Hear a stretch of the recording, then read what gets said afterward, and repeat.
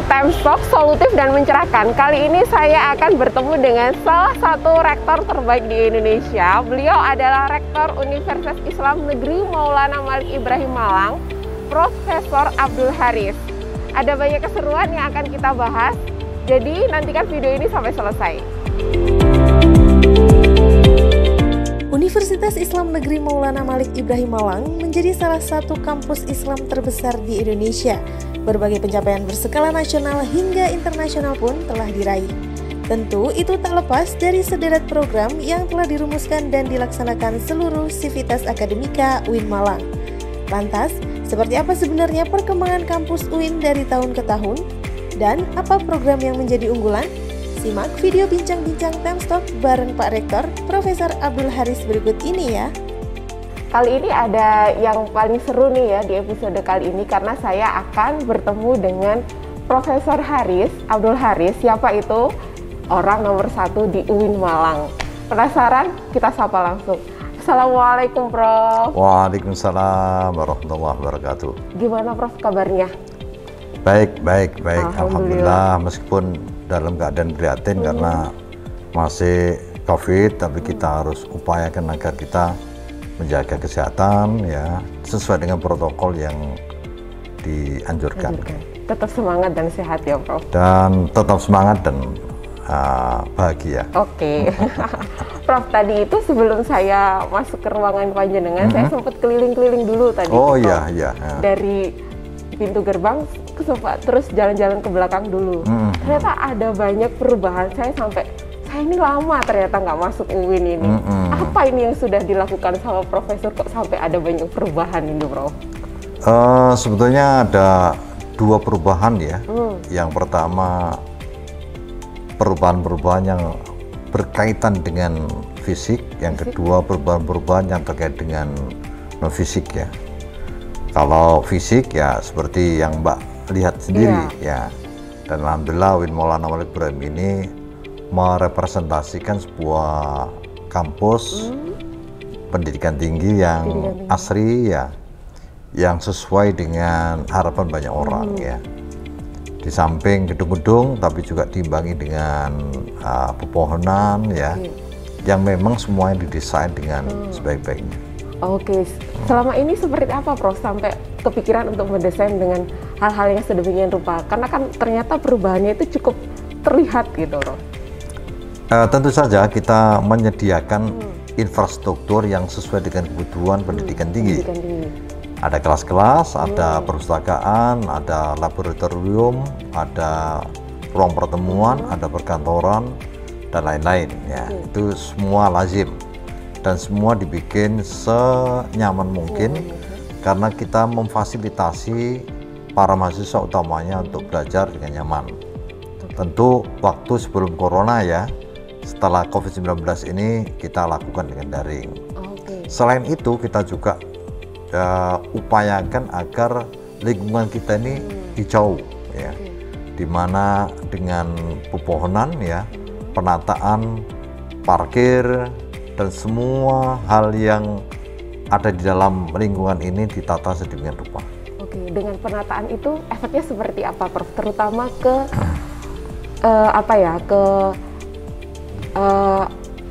beberapa hal yang sudah dilakukan oleh mahasiswa, prestasi-prestasi dari kampus sendiri sejauh ini seperti apa?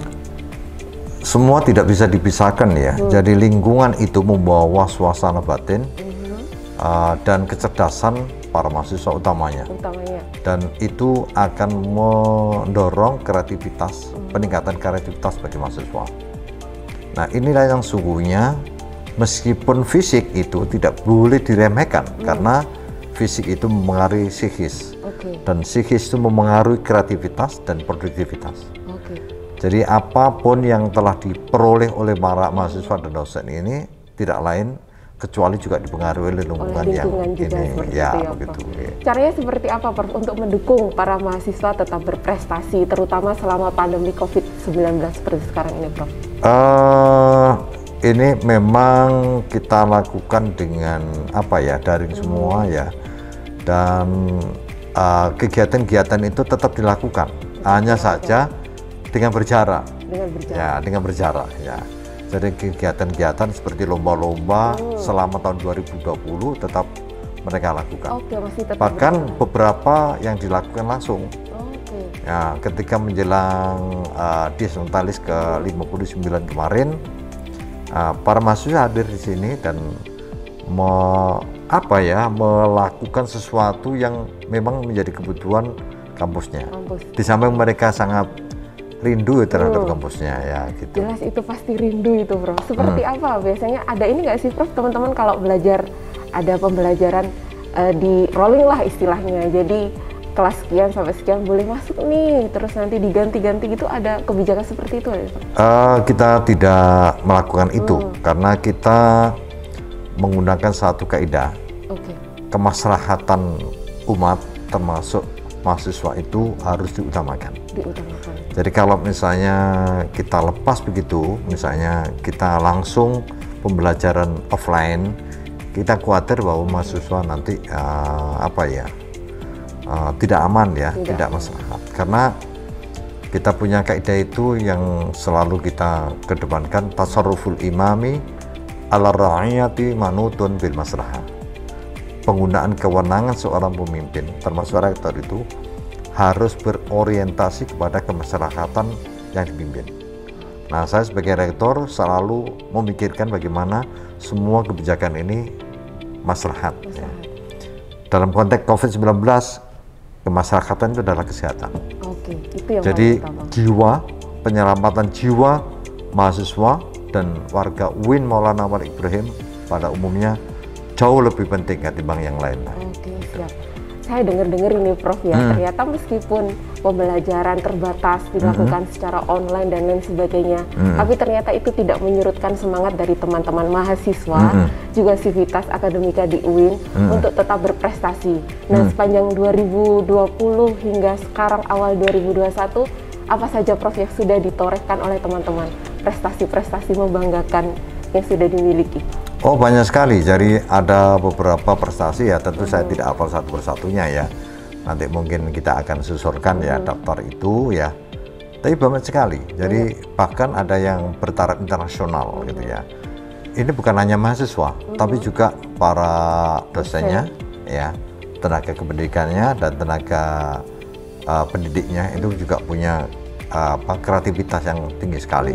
Misalnya riset tetap dilakukan, misalnya pengabdian masyarakat pun tetap dilakukan, dan prestasi-prestasi yang lain ya tentu di luar yang akademik juga diperoleh juga dari mahasiswa itu. Misalnya begini, kita tidak bisa mengabaikan sama sekali Tridharma perguruan tinggi pendidikan, yaitu diterapkan dengan pembelajaran secara daring, ya, penelitian yang dilakukan oleh para dosen, dan ini jumlahnya sangat meningkat ya, justru waktu pandemi ini.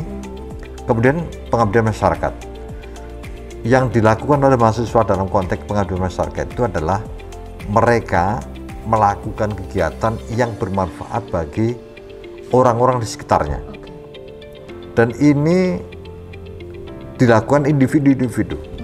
Misalnya ya, teman-teman yang ada di dalam negeri maupun di luar negeri itu melakukan kegiatan yang sesuai dengan kemampuan kompetensi mereka.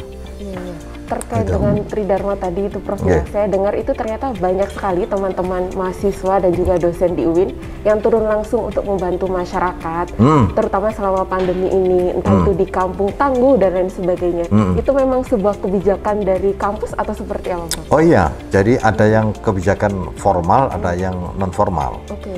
Bahkan saya sendiri di awal tahun 2020 kemarin ya, waktu di awal pandemi itu kita langsung terjun ke masyarakat. Yang pertama mengadakan kegiatan penyuluhan ya terhadap masyarakat, apa sesungguhnya COVID-19 itu, dan apa yang seharusnya dilakukan. Dan sekaligus kita melakukan kegiatan berderma. Saya sendiri dengan teman-teman itu membagikan bahan pokok ya, beras dan lain sebagainya ke masyarakat. Dan kita utamakan masyarakat yang dekat dengan kampus. Di Kota Malang saya keliling, di Kota Malang, kemudian di Batu dan di kabupaten keliling. ini apa? Saya ingin menunjukkan bahwa seharusnya kita ini apakah diperintah, diminta atau apapun, hal-hal yang bersifat kemanusiaan harus kita lakukan. Apalagi sebuah perguruan tinggi ya harus sangat sensitif terhadap masalah-masalah yang diderita, yang dialami oleh masyarakat kita. Prof, di era seperti sekarang, anak muda terutama mahasiswa itu kan kadang cenderung acuh untuk melakukan hal-hal seperti itu, pengabdian dan lain sebagainya. Ada tips khusus dari panjenengan gimana caranya, dan ternyata selama ini teman-teman mahasiswa dan juga dosen muda di UIN itu selalu mau menyulurkan tangannya untuk bersama-sama dengan masyarakat, pengabdian di masyarakat. Itu seperti apa cara menggerakkan Prof selama ini? Kita punya misi ya, yang sangat kuat sekali ya, terutama kita ini didorong oleh satu motivasi keberagamaan. Keberagamaan. Jadi sungguhnya kita melakukan kegiatan misalnya pengabdian kepada masyarakat itu tidak lain tidak bukan kecuali kita melakukan ajaran yang diyakini benar oleh kita semua ini, yaitu ajaran Islam. Dalam bentuk kepedulian sesuai dengan kemampuan kita. Ya, apa yang diderita oleh masyarakat ya, kita coba berikan solusi. Di awal tahun 2020, di awal pandemi dulu, kita sudah menyuruhkan kepada semua dosen, bahkan mahasiswa, untuk mengumpulkan ya semacam apa ya itu sedekah dan kita bagikan. Ini dalam bentuk apa namanya financial ya, fisik ini. Tetapi lebih dari itu, teman-teman kedokteran di Fakultas Kedokteran dan Farmasi itu melakukan kegiatan apa namanya ini apa namanya pencerahan terhadap masyarakat. Mengapa ini perlu? Karena kita punya kepedulian terhadap kesehatan masyarakat ini. Padahal mahasiswa itu banyak yang tidak kita perintahkan, tapi mereka punya kepedulian. Mengapa mereka punya kepedulian? Kembali kepada yang pertama tadi, mereka punya tanggung jawab keagamaan ya, yang sangat mendalam. Menumbuhkan itu sejak dari dini ya, Prof? Sejak dari dini.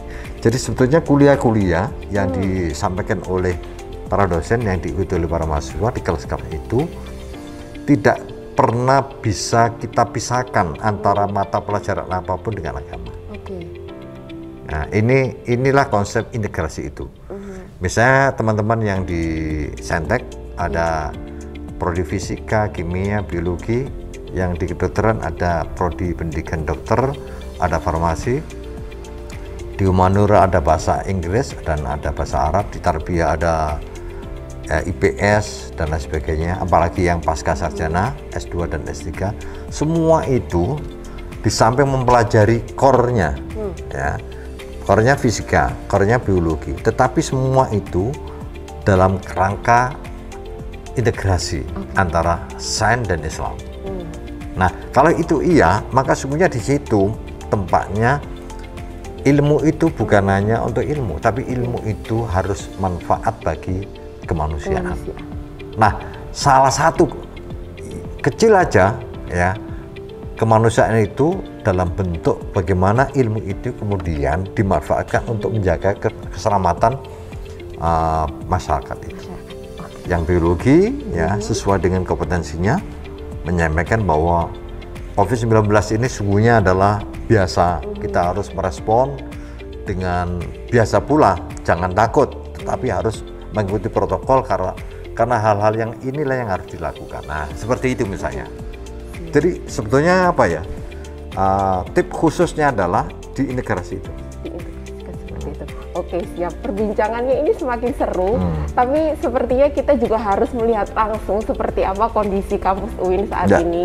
Jadi kita setelah ini langsung jalan-jalan ya, Prof. Kita akan jalan-jalan. Jadi ini juga bisa jadi referensi buat teman-teman calon mahasiswa baru yang pengen tahu seperti apa sih suasana UIN. Nanti kita langsung lanjut ke video berikutnya ya.